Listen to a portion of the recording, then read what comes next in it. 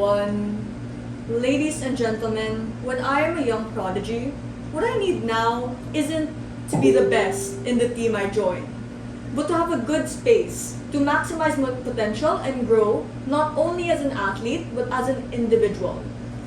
Throughout the whole round, Affirmative has proven to be dismissive of our POIs and has been idealistic at best, focusing on the short term where they get more playtime rather than focusing on the betterment of the athlete. So, a few key characterizations and call-outs to clean up the debate. Firstly, Affirmative never captured the essence on what we, as an athlete, actually want. Only telling us how we get more playtime, we get all these benefits, without telling us how this actually helps the athlete grow and maximize their potential without suffering from the constant attention of having to be the best on Affirmative. What we get is essentially a dismissive response of, well, on up, you just get replaced by the next best player. To this, I immediately respond with, isn't this what you need?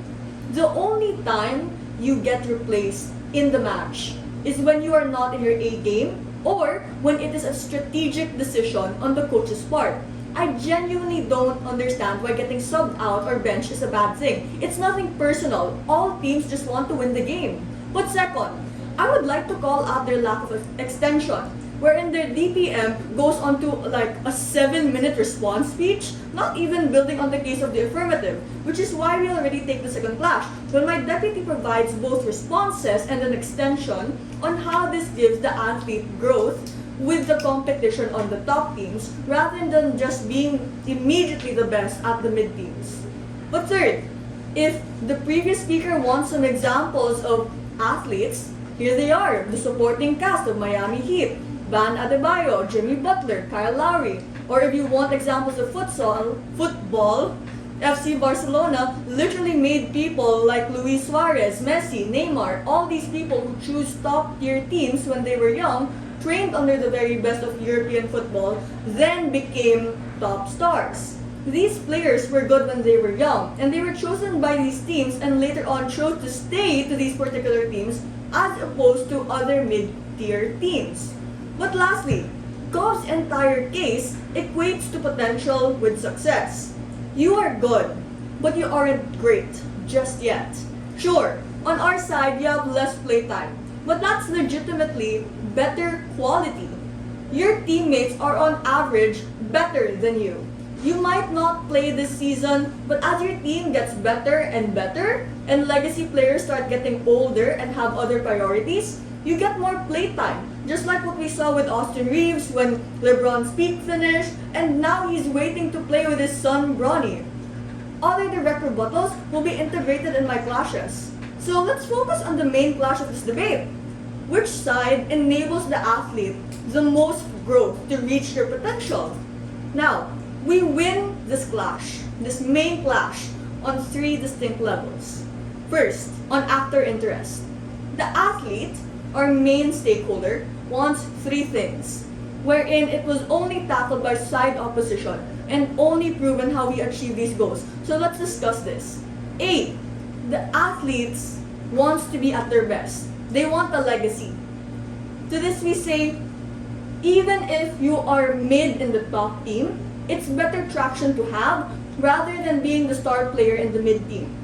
I think Affirmative fails to understand that the fan base of top teams it's much more vast in comparison to the fan base of the mid teams, which means that even if you are the star player of the mid team, it won't matter because people look at the team's wins, not just how well you play as an individual. Mind you, this is a team sport, but in addition to this, you might as well say you're the golden boy of an unknown university, which isn't as great as hearing I study in Harvard or literally any Ivy League university.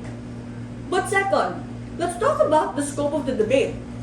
Ladies and gentlemen, not once in this debate did Affirmative focus on the long term or the macro scale. They were nothing but selfish in the round, wanting more playtime. And for what?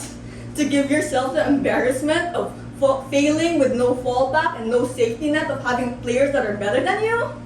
Only on our side of the house do we get this safety net in order to have this safe space to grow as an athlete and as an individual. And only on our side of the house do we talk about what happens after their career as an athlete, which means only on our side of the house do we get access to opportunities to be an owner or a coach after our sports career. But third, let's talk about responsiveness and adaptability. So over the course of this debate round, government was non-comparative and tried to assert that you get all these benefits and none of the pragmatic harms we posited. Firstly, that's just not true. My DLO made it perfectly clear. Because guess what? The degree of infrastructure is such a large gap in terms of all benefits they are able to get that government just has to concede to the fact.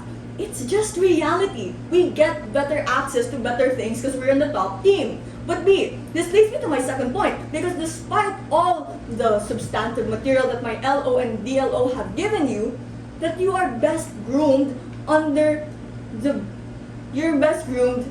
leaning against the very best as opposed to, being average in the mid-team. That you as the actor have the choice of growing and developing the most as a player under these large institutions. What government is basically insinuating in their case is that they want this intuition dump of ego boosting the athlete.